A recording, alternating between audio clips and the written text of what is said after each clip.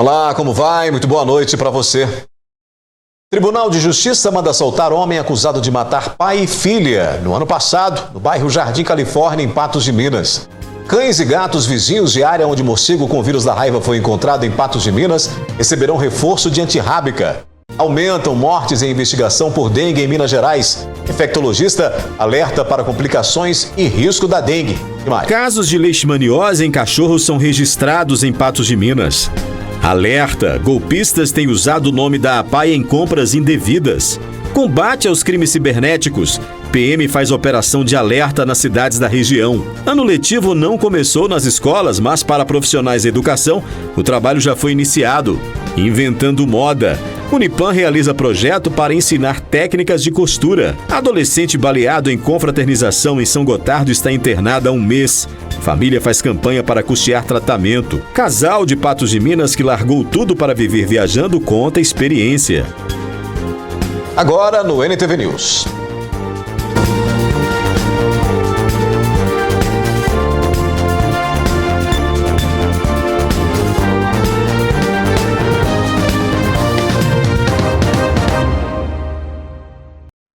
Depois de 4 anos, foi confirmado um caso de raiva em morcego em Patos de Minas. Ele foi encontrado em um apartamento na Avenida Paranaíba. Na área próxima ao local, cães e gatos receberão dose de reforço antirrábica para evitar a disseminação da doença. O morcego, que é frutívoro, foi localizado na sacada de um apartamento na Avenida Paranaíba, no bairro Brasil. O animal foi recolhido e enviado para análise na Secretaria de Estado de Saúde em Belo Horizonte, onde o resultado positivo para a raiva foi confirmado. Acontece de forma rotineira o recolhimento de morcegos que se encontram doentes, caídos, que não conseguem voar nem levantar em residências. Então a população liga para o Centro de Controle de Zoonose: tem um morceguinho caído aqui em casa. Nós vamos na residência, recolhemos esse morcego e encaminhamos para um laboratório em Belo Horizonte, laboratório do Estado. Em torno de 30 dias chega esse resultado. Isso nós fazemos de forma rotineira, nós fazemos em torno de 20 a 30 morcegos por ano, esses exames, 20 a 30 morcegos por ano. E chegou esse resultado de um morcego que foi recolhido no final de dezembro, chegou nessa terça-feira, que infelizmente estava positivo para a raiva. Seguindo o protocolo do Ministério de Saúde, a Vigilância Sanitária delimitou um raio de 500 metros a partir do ponto onde o morcego foi encontrado, ou seja, no bairro Brasil. Nessa área, as equipes de controle de zoonoses farão a vacinação de reforço em cães e gatos já imunizados e aplicarão a primeira dose nos animais que ainda não receberam a vacina. Qual é o protocolo? É fazer um raio de 500 metros a partir do momento onde que o morcego foi encontrado. Que é o morcego foi encontrado entre a Avenida Paranaíba e a Rua Vereador João Pacheco. Em torno de 500 metros desse ponto, nós iremos em todas as residências, todas as lojas, todos os prédios, devidamente paramentados, equipe de 3 pessoas, com camisa do Centro de Controle de Zoonoses, com o crachá da Prefeitura, com a maleta térmica, com a vacina, para fazer uma vacina de reforço para os animais que foram vacinados ano passado e para fazer a primeira dose para aqueles animais que não foram vacinados. Só lembrando que população de Patos, muita gente deixou de vacinar seu cão e gato ano passado. A vacinação foi muito aquém dos anos anteriores. Não tem como tirar o vírus da raiva do meio ambiente, né? Esse morcego não é um morcego hematófago, gente, é um morcego frutívoro. Existe em Patos de Minas, dentro da cidade, é só frutívoro e insetívoro. Serão imunizados cães e gatos a partir de 3 meses, exceto em fêmeas nos últimos meses de gestação e animais em tratamentos de saúde. Os tutores que não estiverem em casa podem levar os pets ao Centro de Controle de Zoonoses das 7 às 18 horas. O último caso positivo de raiva em morcego no município patense foi registrado em 2021 e anteriormente na década de 80. Desde a década de 80 não tem nenhum caso de raiva em cães e gatos em Patos de Minas. Então a gente tem que fazer valer a vacinação. Agora, em 2021 aconteceu esse caso. A gente já estava há não sei quantos anos mandando morcego para o laboratório em Belo Horizonte e de repente descobrimos esse morceguinho positivo. Ali foi perto do PTC, era uma casa abandonada, tinha uma colônia de morcegos lá e foi recolhido esse morcego e a gente chegou essa surpresa pra gente. Foi a mesma coisa que foi feita. Nós fizemos um protocolo de raiva vacinal de 500 metros em 2021 e agora aconteceu de novo. Pois é, a aplicação da dose de reforço da vacina antirrábica para cães e gatos na área mostrada na reportagem será iniciada na próxima segunda-feira. Mais 2 mortes por dengue são investigadas em Minas Gerais. Os dados são do painel de monitoramento epidemiológico da Secretaria Estadual de Saúde desta quinta-feira. Subiram para 10 as mortes por dengue em investigação em Minas Gerais. 2 já haviam sido confirmadas esse ano. Os casos prováveis somam quase 17 mil e confirmados passam de 5.300. De chikungunya são 1.620 casos prováveis e 1.225 confirmados no estado. De Zika permanecem os mesmos números do boletim anterior. Em Patos de Minas, de acordo com o informe estadual, são 205 prováveis e 128 confirmados de dengue. Os números de chikungunya permanecem os mesmos na cidade. Olha só, para alertar sobre as complicações e riscos da dengue, eu vou conversar com o Cláudio Penido Campos Júnior, que é médico infectologista e que está conosco aqui no NTV News, dividindo tela comigo. Boa noite, doutor. Eu começo já querendo saber sobre a dengue, né, que possui 4 tipos de sorotipos. A pessoa pode ser diagnosticada com a dengue clássica e também evoluir para um caso mais grave, doutor? E como é que isso acontece e por que isso acontece?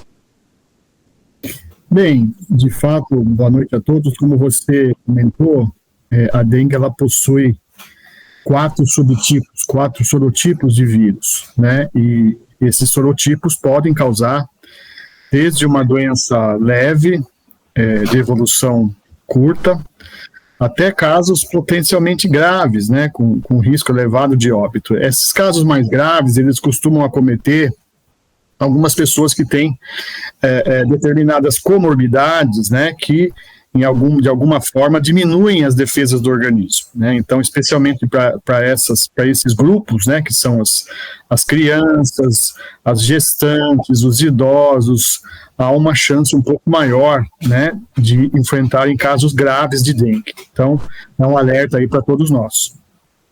Doutor, sobre a reincidência, uma pessoa que já teve dengue contraindo novamente o vírus pode ter mais complicações do que outras, não? Sim, existe um risco um pouco maior de evolução para casos mais graves nas pessoas que têm a dengue como uma reinfecção, né? Isso é explicado por uma espécie de uma resposta do organismo mais intensa à segunda infecção, né? Então, portanto, sim, né? As pessoas que já tiveram dengue uma vez precisam ter mais cautela ainda. O senhor citou aí os mais idosos, eu queria entender por que pessoas com comorbidades, e a gente entende esse lado, como diabetes, hipertensão e obesidade, apresentam maior risco de complicações para a dengue. De que maneira ela age nessas pessoas, doutor?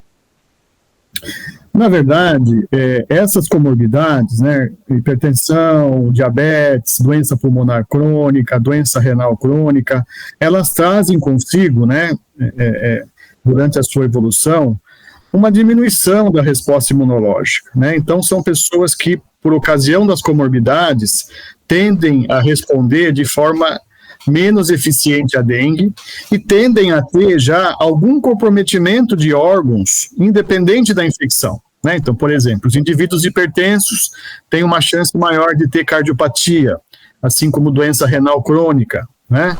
Os indivíduos que têm doença pulmonar crônica tendem a ter já um dano pulmonar instalado, né? E assim por diante. Então, são pessoas que tendem a ter uma resposta imunológica mais fragilizada e são pessoas que tendem a já ter complicações, né? Então, por essa razão, existe uma tendência aí nesses pacientes dos casos serem mais intensos. Doutor Cláudio, a gente sabe que o mosquito Aedes aegypti ele é vetor de outras doenças, né? Quais são as diferenças e condições para, por exemplo, chikungunya e zika em relação à dengue? Bem, existem algumas diferenças que são clínicas, né? Ou seja, elas são possíveis de serem suspeitas por parte dos médicos, né? Então, a dengue, ela tende a cursar com quadros mais graves, né? A evolução tende a ser mais rápida, né? Por outro lado, a chikungunya, ela tende a ter uma apresentação mais leve, muito embora ela costuma causar muita dor nas articulações, né? Ela pode cursar com uma espécie de uma artropatia crônica, né? Com uma espécie de um reumatismo crônico depois da infecção da fase aguda, né? O Zika tende a ser uma doença muito leve na sua fase aguda, né? Às vezes até imperceptível para as pessoas. Por outro lado, é sabido que a Zika, ela pode ser transmitida da mãe para o bebê durante a gestação, né? E esses recém-nascidos terem déficits neurológicos muito severos. Então, apesar do vetor ser o mesmo, né? E de alguma maneira a fase inicial da doença ser muito semelhante entre as três, né? O médico, né, que atende esses pacientes, ele conhece alguns elementos aí que permitem que a suspeita recaia mais para uma doença com relação às outras, né? E os exames complementares de laboratório permitem que a gente faça essa diferença. Mas a mensagem para a população, né, é que não se preocupe tanto com isso, né? Se preocupe em adotar aí as medidas de prevenção. E uma vez apresentando qualquer tipo de sintoma, né, independentemente daquilo que ela adquiriu, se foi dengue, chikungunya ou zika, né, que ela procure atendimento médico o mais breve possível. A orientação então seria essa, né? Mesmo a pessoa com sintoma de dengue na forma clássica, com sintomas menos severos, deve então buscar auxílio médico para evitar complicações futuras, doutor? Sim, especialmente essas pessoas de grupo especial que eu falei aqui, né? As crianças, as gestantes, os idosos, as pessoas que têm já uma doença imunossupressora de base, né? Então são aquelas pessoas, por exemplo, que têm câncer, que têm infecção pelo HIV, que são transplantadas, né? E as pessoas que têm essas comorbidades que a gente acabou de citar aqui, né? Relembrando aqui as mais comuns: hipertensão, diabetes, insuficiência cardíaca, insuficiência renal, doença pulmonar crônica e doença hepática crônica também. Dr. Cláudio Penido Campos, infectologista, conosco aqui no NTV News, trazendo essas informações aí em meio a esse aumento de casos prováveis e também de casos confirmados de dengue em todo o estado de Minas Gerais. Doutor, muito obrigado por sua participação conosco aqui e esperamos, né, que o senhor volte mais vezes para falar conosco. Obrigado pelo convite, boa noite a todos. Obrigado, doutor. A gente vai continuar falando de dengue, né? Porque esse é um assunto que início de ano, todos os inícios de ano temos esse problema, essa questão. Embora nós tenhamos volumes às vezes menores, né, do que anos anteriores, a dengue está muito presente nessa época do ano. Calor, chuva, é bem propício para a proliferação dos focos do mosquito da dengue. Olha, a seguir tem alerta, né? Porque tem golpista usando o nome da APAI em compras indevidas. A seguir aqui no NTV News, a gente ainda fala de combate aos crimes cibernéticos. A PM faz operação de alerta nas cidades da região.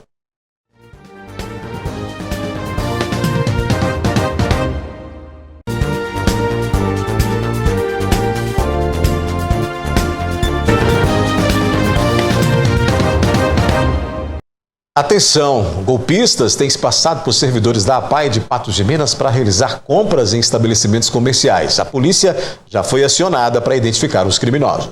O setor administrativo da APAI começou o primeiro mês do ano com uma surpresa nada agradável.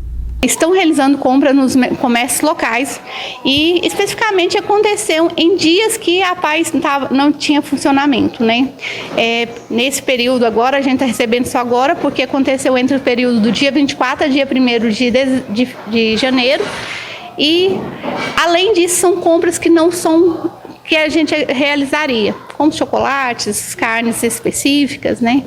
E, como se diz, a conta está chegando agora, até por causa da questão do faturamento.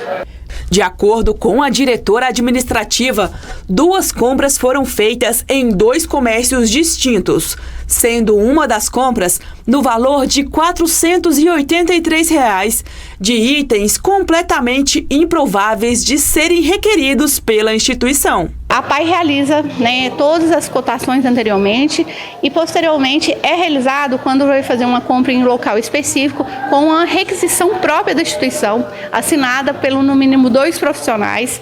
Essa requisição ela é emitida em 3 vias.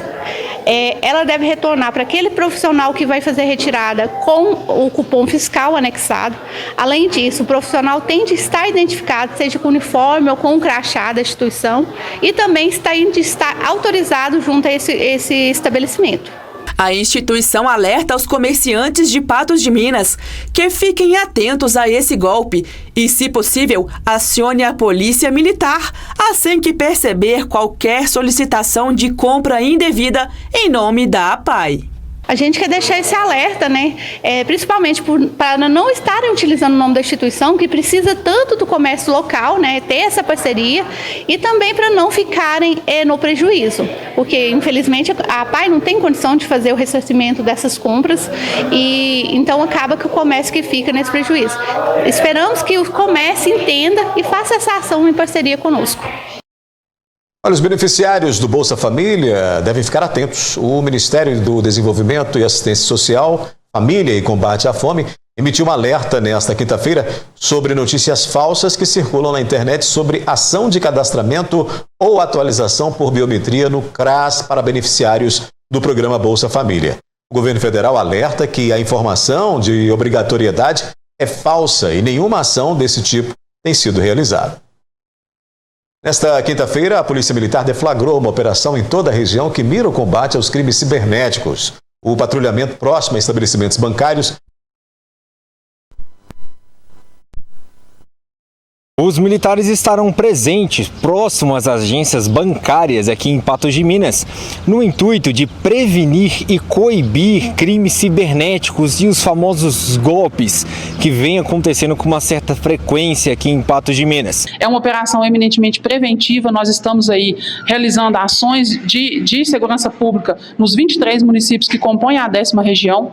O objetivo é principalmente o de prevenir esses crimes, ou seja, de orientar a população, sobretudo agora nesse final de mês, né, final e início de mês, em que aumenta aí o fluxo de idosos que recebem benefícios, aposentadorias, e vão às agências bancárias, né, para receber esse dinheiro dessa aposentadoria, desses benefícios. Então nós estamos incrementando o policiamento nas portas das agências bancárias, nos centros da cidade, com o objetivo realmente de orientar e de prevenir esses crimes, né? A Polícia Militar faz o alerta para que os golpes possam ser evitados. As pessoas precisam desconfiar daquilo que parece muito fácil e muito bom. Nós tivemos recentemente o golpe aí, né, que os idosos eram abordados em suas casas, nas residências. A pessoa que os abordava falava que estava levando um presente e que precisava tirar uma selfie, né, uma foto do rosto desse idoso para comprovar o recebimento desse presente. Na verdade, aquela foto funcionava como uma assinatura digital, né? Os bandidos, aí, os estelionatários já estavam com o aplicativo do banco aberto e só faltava aquela selfie para comprovar e fazer aí diversas movimentações bancárias, né, e financeiras nas contas desses idosos, que algumas vezes só percebiam depois que haviam sido vítimas de golpe. Então a gente orienta, se deu dúvida, é golpe. Tem que tomar todo cuidado, né? A seguir a gente fala dos preparativos das escolas para a volta às aulas. Inventando moda, o Unipam realiza projeto para ensinar técnicas de costura.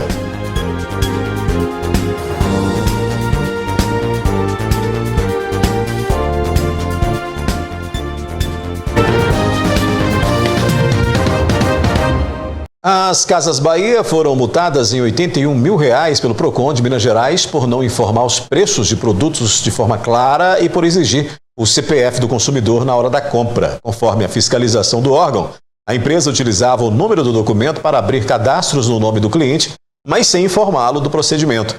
A exigência do fornecimento do CPF caracteriza abuso da boa-fé do cliente e ausências de preços ferem o Código de Defesa do Consumidor. A empresa informou ao PROCON que os dados cadastrais para a realização de compras são facultativos, mas não contestou as irregularidades na precificação. O ano letivo ainda não começou nas escolas, mas para profissionais de educação o trabalho já teve início. Corredores e carteiras vazias, quadros limpos, livros guardados e um silêncio que domina o ambiente. Esse é o cenário encontrado na Escola Estadual Dona Guiomar de Melo e nas demais escolas da cidade durante as férias dos alunos. Eu falo que no mês de janeiro a gente fica um tempo, aí vai chegando no final do mês, a gente fica com saudade do barulho, de tanto ver a escola em silêncio. Mas também a hora que chega dezembro, que está próximo das férias, a gente fica louco para chegar para ter silêncio. Então acho que é um equilíbrio. Mas o recesso escolar não é sinônimo de falta de trabalho. Muito pelo contrário. Para o corpo docente e funcionários, a tarefa é grande e muita coisa precisa ser preparada antes de recepcionar os alunos.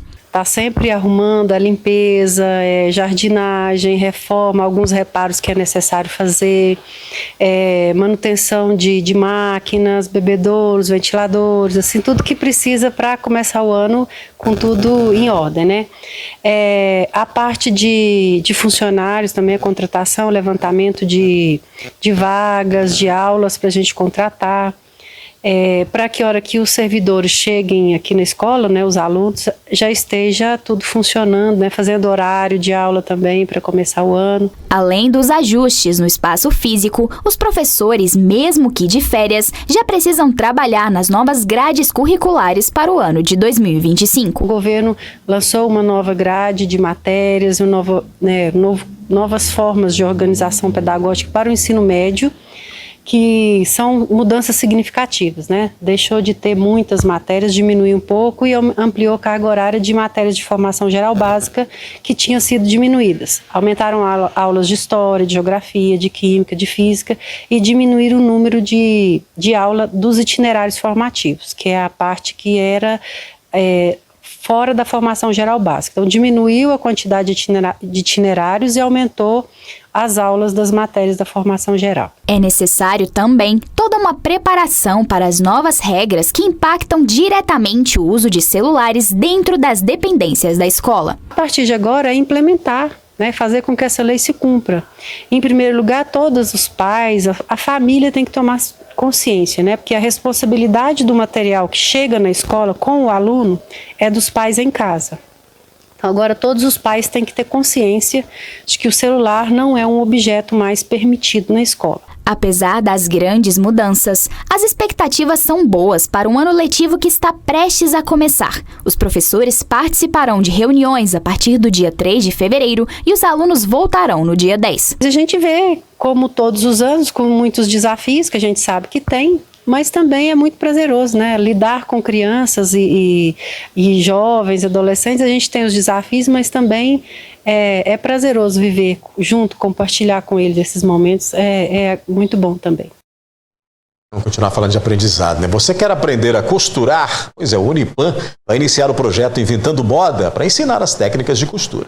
Projeto que começou a ser desenvolvido em 2024 iniciará as atividades de 2025 já na primeira semana de fevereiro. O investimento mensal para os interessados é de R$ 200 e as aulas serão ministradas pela estilista e profissional em moda Elaine Ribeiro. O curso Inventando Moda, ele é promovido pelo Unipam, né?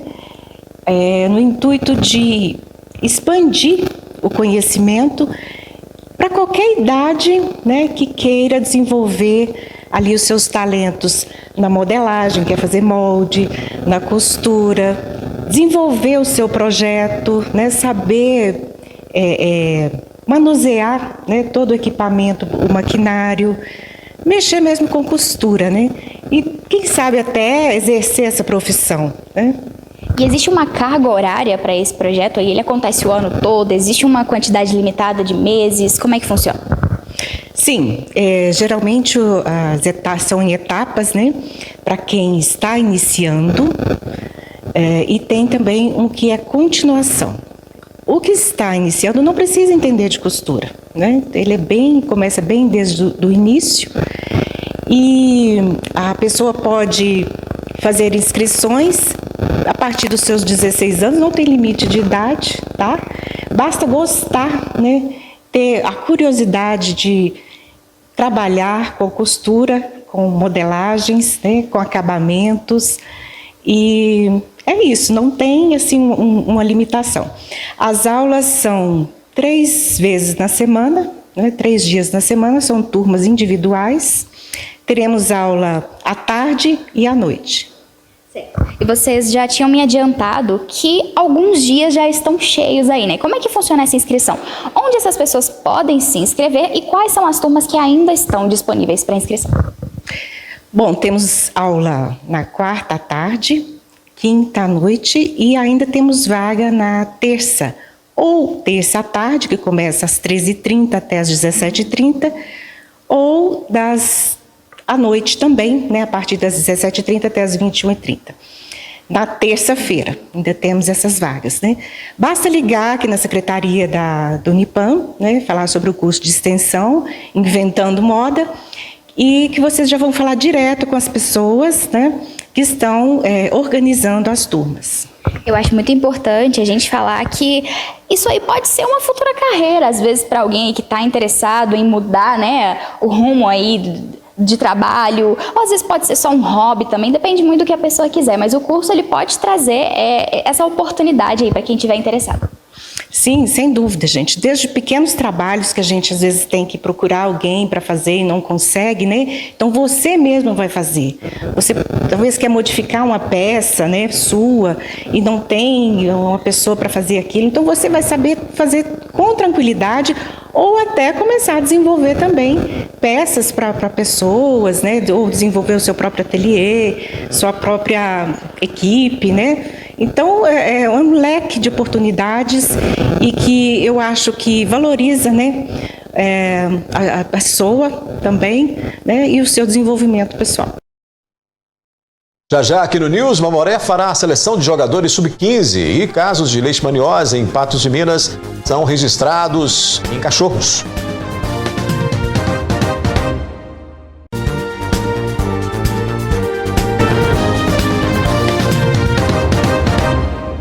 Se você nasceu em 2010 ou 2011 e sonha ser jogador de futebol, o Mamoré fará a avaliação de jogadores para a categoria sub-15 no dia 8 de fevereiro no estádio Bernardo Rubingi de Queiroz. As inscrições podem ser feitas no site ecmamoré.com.br ou pelo formulário disponível na rede social do clube.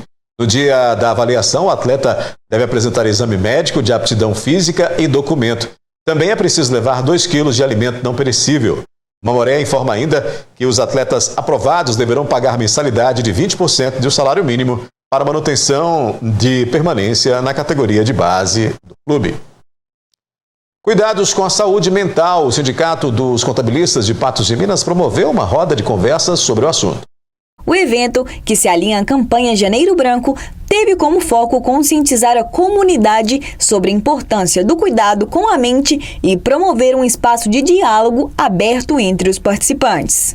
A presidente do Sindicato dos Contabilistas, Eleusa Ramos, explicou que a ideia de realizar o evento partiu da observação de que muitos profissionais da contabilidade enfrentam desafios emocionais devido à pressão e à carga de trabalho intensa. Esse evento, ele faz parte do nosso projeto de união e fortalecimento da classe contábil. A motivação é a promoção da saúde e do bem-estar do contabilista. E um dos principais motivos é a gente demonstrar a importância da saúde mental e o seu impacto na vida profissional e pessoal do contabilista e de toda a comunidade. Regina Cardoso, psicóloga e também contadora, abordou temas como a importância do autocuidado e o impacto da pressão profissional na saúde mental, incentivando os participantes a compartilharem suas experiências. Saúde mental é autocuidado, é reconhecer que eu não dou conta de tudo, né? Que eu posso fazer um pouco hoje, um pouco amanhã, eu não preciso carregar o escritório, a família, tudo num embrulho só. Ela trouxe à tona a importância de reconhecer os sinais de estresse e ansiedade, além de oferecer estratégias práticas para lidar com esses desafios. Eu fui contadora por 25 anos, tenho maior orgulho, maior respeito por essa casa que me acolheu, por tudo que eu passei, né? Cheguei a ser psicóloga devido ao incentivo dessa casa e assim, eu percebi na minha transição de carreira a importância que é cuidar desse tempo de qualidade, principalmente que o contador ele trabalha 24 horas, ele não tem folga, né? Ele vai para casa com muito serviço. Então assim, a gente descansar, a gente ter um tempo para ter um ócio criativo e o ócio reparador da nossa saúde mental é importantíssimo. Após a roda de conversa, os participantes foram convidados a um café, que proporcionou um ambiente ainda mais acolhedor para a troca de experiências e a construção de uma rede de apoio entre os contabilistas. Quero até fazer um convite, né, a todos que não são associados, que venham para o Sindiconte, que se associem, que venham participar dessas iniciativas. Nós estamos com uma gestão aí, com muitos projetos para incentivar, trabalhar o fortalecimento da nossa classe. Então, acho de extrema importância nós termos união, o pessoal vir se filiar, pode procurar a Glória no Sindiconte, na sede que fica ali no centro, na Galeria Ferreira, tá? E venha participar. Unidos nós somos mais fortes e juntos podemos muito mais. Casos de leishmaniose em animais têm sido registrados em Patos de Minas. Por isso, é preciso ficar atento aos sintomas e também aos cuidados para a prevenção dessa doença. As clínicas veterinárias de Patos de Minas têm registrado aumento importante de casos de leishmaniose na cidade. Eu consideraria sim que a gente já está caminhando aí para um surto, sim, porque há alguns anos atrás a gente não tinha o tanto de casos que a gente está tendo. Então, aqui em Patos a gente está tendo muitos casos de leishmania. Todas as clínicas estão atendendo bastante casos e a gente tem que fazer realmente os testes para confirmar se tem ou não. A leishmaniose é uma doença transmitida pela picada de insetos fêmeas infectados, conhecido como mosquito palha, e pode desenvolver de forma cutânea ou visceral. As duas são graves, mas a visceral é um pouquinho mais grave porque ela pega já diretamente órgãos internos, né? Então ali ela vai baço, fígado, coração, tudo ali do animal. Já a cutânea ela vai mais a parte ali de fora do animal. Mas a cutânea ela pode também evoluir depois para uma visceral também. A leishmaniose também pode afetar os humanos. A leishmania ela é uma zoonose, então o mosquito pica o animal que está infectado e pica o humano. Nesse intervalo ele pode passar ali o parasita para a gente. No ano passado, foram registrados 129 casos da forma visceral em humanos em Minas Gerais, conforme painel da Secretaria Estadual de Saúde. Em humanos, a doença tem cura se tratada de forma correta e o tratamento está disponível no SUS. Já em animais, a leishmaniose não tem cura, mas tem tratamento. E a leishmaniose ela não tem cura, tem uma taxa de óbito aí altíssima também. Hoje disponível no mercado somente uma medicação que ela é aprovada para a gente estar utilizando, por isso de ser um tratamento um pouquinho mais caro, né? A gente faz uso da medicação dependendo da titularidade ali da carga parasitária desse animal para a gente utilizar a medicação. Alguns sinais indicam que o animal pode estar infectado. Dos cutâneos são ponta de orelha ali com ferida na ponta da orelha, aquela ferida que às vezes não cicatriza. Região de olhos ali também, descamação, às vezes muita vermelhidão. Focinho do animal também, a gente vê muito problema de pele ali no focinho, às vezes é uma ferida que não fica cicatrizando. Alterações cutâneas também. Até uma simples, a gente fala piodermite, que aquelas bolinhas de pus que às vezes dá no corpo do animal, pode ser uma leishmaniose. Ou da parte sistêmica do animal, pode vir falta de apetite, vômito, diarreia, mas algo que chama bastante atenção é o aumento dos linfonodos desse animal. Então a gente vê ali atrás da perninha, fica aumento do linfonodo.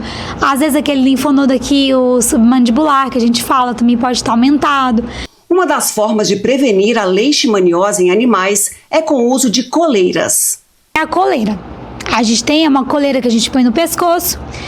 Tem vários tipos aí de coleiras, de vários tempos de proteção. A gente tem algumas que é de 4 meses. As coleiras são para repelir o mosquito e elas também agem ali para pulga, para carrapato. Então ela auxilia ali como um todo. A única coisa que a gente tem hoje de proteção são as coleiras. Olha só, sobre os casos de leishmaniose em Patos de Minas, a Prefeitura disse ao jornalismo da NTV que está levantando as informações e que serão repassadas na semana que vem. Tem mais no NTV News. A seguir a gente mostra: Tribunal de Justiça de Minas manda soltar homem acusado de matar pai e filha no ano passado, no bairro Jardim Califórnia, em Patos de Minas. E adolescente baleado em confraternização em São Gotardo está internado há 1 mês e a família faz campanha para custear o tratamento.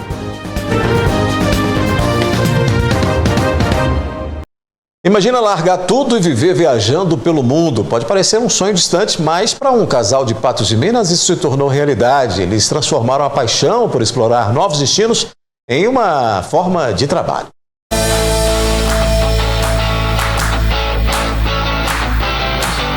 De Patos de Minas para o mundo, o casal patense decidiu mudar completamente de vida e hoje vivem viajando, explorando culturas e compartilhando tudo isso com milhões de seguidores na internet. Eles se tornaram referência para quem sonha em cair na estrada sem gastar muito dinheiro. Mas será que essa rotina das viagens é tão simples quanto parece? Todo mundo pensa que é o trabalho dos sonhos e, claro, é incrível poder trabalhar com viagem, que é algo que a gente ama. Mas nos bastidores, né, tem muito mais por trás, então tem muito planejamento, né, tem muita canseira também, a gente não tem rotina no dia a dia, então é difícil, assim, às vezes a gente não dorme bem, não come direito, levanta cedo, dorme tarde, então tem essas questões, a gente tem que planejar, a gente está vivendo o momento presente, mas a gente tá pensando lá no futuro, daqui a um mês, reservar hotel, onde vai comer, o que vai fazer, então assim, é cansativo, mas a gente ama viajar. A gente decidiu primeiro fazer um intercâmbio na Irlanda, né? A gente saiu daqui, vendeu tudo que a gente tinha, moto, carro, e foi para a Irlanda. E aí depois de 2 anos lá, a gente ainda não queria voltar e a gente começou a consumir conteúdo de pessoas que já faziam esse tipo de viagem, né? E aí, olhando aquilo lá, a gente viu, olha, tem alguns países que são bem baratos, se a gente trabalhar muito e juntar dinheiro, a gente consegue passar 1 ano, quem sabe 2 anos, fazendo, né, algumas viagens baratas pela Ásia. E aí foi onde a gente começou com isso. Passando por diversos países que não têm uma infraestrutura turística, Fred destaca que foram muitos perrengues vividos no dia a dia. Muitas dessas coisas de transportes, de sair de um país para o outro, porque a gente gosta de fazer muito por terra, então a gente já teve que pegar assim 16 horas de ônibus, de trem, fazendo 36 horas de barco, fazer fronteiras assim, que não tem informação, você chega lá e você não sabe se vai ter um carro, uma moto, um ônibus, como que você vai sair dali para ir para o seu hotel. Então esse é o tipo de perrengue e estresse que acontece assim várias vezes durante um ano, né, na nossa viagem. De destino paradisíacos a culturas completamente diferentes da nossa, Fred e Larissa vivem intensamente cada momento. E é claro, Patos de Minas continua sendo o porto seguro deles. Nós somos aqui de Patos de Minas, né? Uma cidade que a gente cresceu a nossa vida inteira, a gente ama muito. E a gente hoje em dia posta bastante nossas viagens, a gente já tem alguns seguidores daqui. Então a gente fica muito feliz, já encontramos pessoas ali ou aqui, né? Quando a gente tá num bar, num restaurante.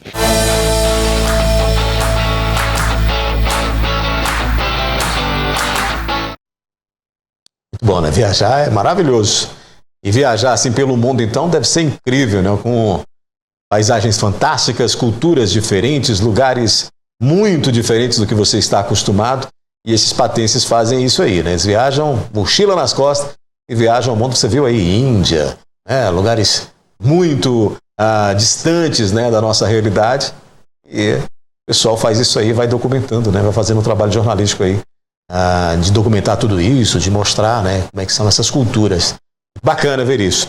A gente falou agora há pouco de futebol, a gente estava falando sobre o Mamoré e hoje fecha a rodada do Campeonato Mineiro. O Cruzeiro está jogando neste momento com o Itabirito e está vencendo por 3-0. Primeiro tempo, Gabigol, né, desencantou, fez o primeiro gol dele, aliás, fez 2 gols. O primeiro foi aos 13 minutos, cobrança de pênalti, deu o rebote e o Gabigol mandou para as redes do Itabirito.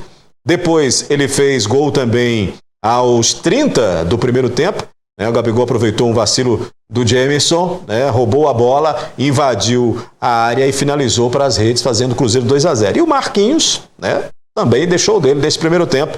Marquinhos fez aos 33, 3 minutos depois do Gabi fazer o segundo, ele fez o dele, deixando então o Cabuloso aí com esse placar de 3-0 no primeiro tempo contra o Itabirito, né, e equipe que não está mais sendo comandada por Fernando Diniz. Havia aí uma reclamação geral do torcedor com relação à maneira do Diniz jogar, da maneira do Diniz comandar o time não estava indo bem, aliás, o Diniz teve aí um período de 6 meses muito ruim à frente do Cruzeiro. E o Cruzeiro está sem técnico, né? Está com um interino, que é o preparador, que é fixo do Cruzeiro, mas que entra como interino até que o Cruzeiro feche com o seu novo técnico e o jogo deu certo, né? Essa mudança aí de técnico deu certo. O Cruzeiro fazendo 3-0 nesse primeiro tempo contra o Itabirito, fechando a 4ª rodada do Campeonato Mineiro. Campeonato que é um tiro, né? Que acaba rapidinho. São só 8 rodadas. O Cruzeiro lidera o grupo dele agora com essa vitória, vai a 7 pontos, deixando aí para trás os outros times que estão nessa disputa também pela classificação.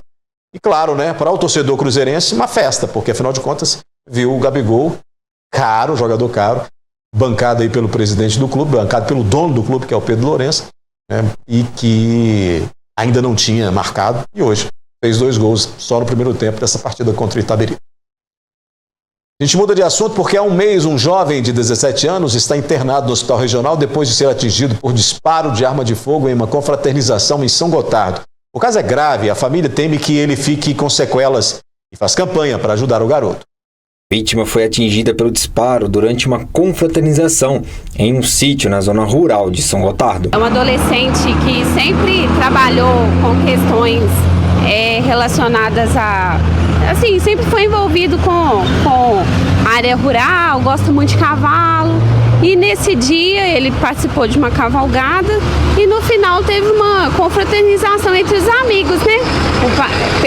Pelo que a gente pôde perceber, era um ambiente familiar, tinha criança, tinha pessoa mais idosa. E aí, infelizmente, aconteceu essa situação aí que levou ele a estar hospitalizado há 31 dias. Yasmin é tia de Antônio. Ela contou como era o convívio da vítima com o suspeito de ter dado tiro para o alto e que acabou acertando o jovem de 17 anos. Ele prestava serviço para o autor, né, no Aras que ele trabalhava. Ele prestava serviço para ele e tinha, por essa questão, criou um laço de amizade, né? Tanto que o Antônio estava no mesmo ambiente que ele, fora do horário de serviço, né, numa confraternização. E jamais que ninguém imaginava que numa situação como aquela, uma pessoa ia tirar uma arma de fogo e efetuar um disparo para o alto, né? Ou o laudo ainda não saiu, então a gente não sabe como que foi a dinâmica verdadeira do disparo. O tiro que acertou Antônio atingiu a garganta, atravessou a medula e perfurou o pulmão, podendo deixar a vítima tetraplégica. Infelizmente, o diagnóstico hoje é da paraplegia, né? Ele não tem o movimento das pernas e isso pra gente tem sido bem impactante, porque é um menino com espírito livre, né?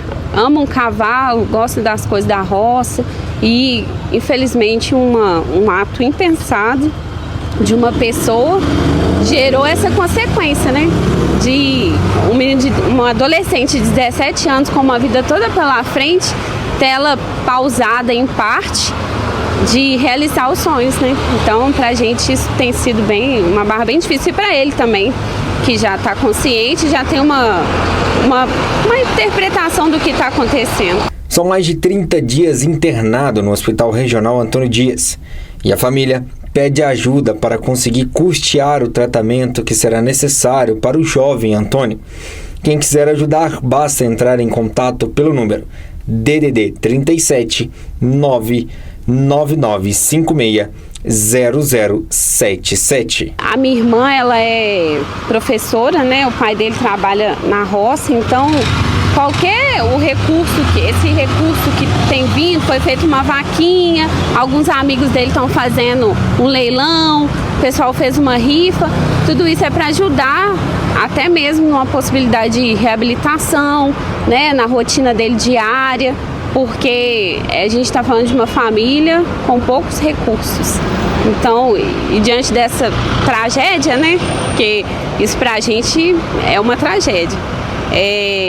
Graças a Deus ele está com vida e isso nós somos eternamente gratas a ele por isso. Então, assim, mas esse recurso vai ajudar a minha irmã a dar para ele uma vida mais tranquila, né? Tendo em vista que a capacidade laborativa dele está grandemente ameaçada depois desse fato. O Tribunal de Justiça de Minas Gerais mandou soltar o homem acusado de matar pai e filha em fevereiro do ano passado, no bairro Jardim Califórnia, em Patos de Minas. O crime aconteceu no bairro Jardim Califórnia e a motivação estaria ligada a desentendimentos por causa de uma herança. Segundo a Polícia Civil, Paulo José da Silva, de 54 anos, foi até a casa das vítimas e entrou na cozinha onde estava o ex-cunhado de 82 anos. Enquanto Lindolfo Cacheta Nascentes pegava uma cadeira para que ele se sentasse, Paulo teria atacado a filha do idoso com 3 facadas. Lísia Maria Caixeta, de 48 anos, que era portadora de problemas cognitivos, morreu no local. Em seguida, Paulo também teria atacado Lindolfo, atingindo-o no tórax. Ao perceber que a lâmina da faca quebrou dentro do corpo da vítima, ele sacou outra arma que carregava na cintura. No entanto, Lindolfo conseguiu segurar o cabo da faca até a chegada da polícia. Socorrido em estado grave, o idoso foi internado no Hospital Regional Antônio Dias, onde permaneceu sob cuidados médicos por 16 dias, mas não resistiu e faleceu. A vítima foi hospitalizada e encaminhada ao bloco cirúrgico. O autor foi preso em flagrante delito e uma testemunha, que inclusive é parente ali dos envolvidos, né, das vítimas e do autor, relatou que o autor ele está inconformado com a divisão da herança, né? A esposa dessa vítima, desse senhor de 82 anos, faleceu recentemente, iniciou-se então as formulações da herança e o autor está inconformado porque ele acha que tem direito à herança aí da sua irmã que faleceu, que é a esposa da vítima de 82 anos. Paulo José da Silva foi preso em flagrante e denunciado pelo homicídio de pai e filha. Já tínhamos aí enviado o procedimento de inquérito policial ao Ministério Público, né, com uma situação de homicídio consumado, qualificado, e um outro homicídio tentado, qualificado. Agora, com essa situação, o Ministério Público já deve ter recebido nossos procedimentos, né? Eu acredito que talvez já tenha até feito a denúncia. O que deve acontecer, né, caso assim entenda o Ministério Público, que é o dominus litis da ação, é fazer um aditamento dessa denúncia e somente modificar a situação de homicídio tentado para homicídio qualificado, e aí a pena, logicamente, também, caso o indivíduo seja condenado, vai ser realmente uma pena maior do que se tivesse uma situação anterior. A morte, né, veio por conta dessas lesões, então nós temos aí um procedimento claro de que essa morte ela tem ligação com a lesão inicial e por isso ele responde pelo delito mais grave, que é o delito de homicídio. No entanto, em janeiro deste ano, ele foi solto. A defesa de Paulo conseguiu um habeas corpus no Tribunal de Justiça de Minas Gerais, sob a alegação de que ele estava preso preventivamente há mais de 274 dias, sem a conclusão da instrução criminal, e também por possuir problemas de saúde graves. Além disso, a defesa entrou com um recurso solicitando a realização de uma perícia médica para apurar se a morte de Lindolfo Cacheta foi consequência direta do esfaqueamento ou se houve erro médico durante o tratamento hospitalar, o que definiria se o caso se enquadraria como homicídio tentado ou consumado. Pois é, apesar dessa decisão, o caso continua sendo analisado e será julgado pela Justiça. Olha, uma última notícia: na tarde de hoje, um motorista morreu na BR-354, no quilômetro 351, em São Gotardo. De acordo com a Polícia Militar Rodoviária, quando a viatura chegou ao local, já se deparou com essa situação aí, o veículo tombado, né? O semi-reboque carregado com cenoura, ele tombou na BR, seguia sentido BR-262, no quilômetro 351, em uma curva, né? Não se sabe ainda o que teria acontecido, mas o condutor de 32 anos estava preso, quando os policiais chegaram, estava preso às ferragens e já estava morto. Havia perdido o controle direcional, né, desse carro, tombando e parando da maneira como você vê aí nas imagens do lado direito, do sentido que transitava. A perícia técnica foi acionada e, após realizar os seus trabalhos de praxe, liberou o local. Aí a Polícia Militar Rodoviária fez os seus trabalhos, né, para poder liberar essa pista e deixar o trecho aí com segurança. Os proprietários da carga e do conjunto veicular acionaram o serviço de guincho para retirada dos veículos e o corpo foi encaminhado para o Instituto Médico Legal em Patos de Minas. Infelizmente, mais uma vida que se perde, né?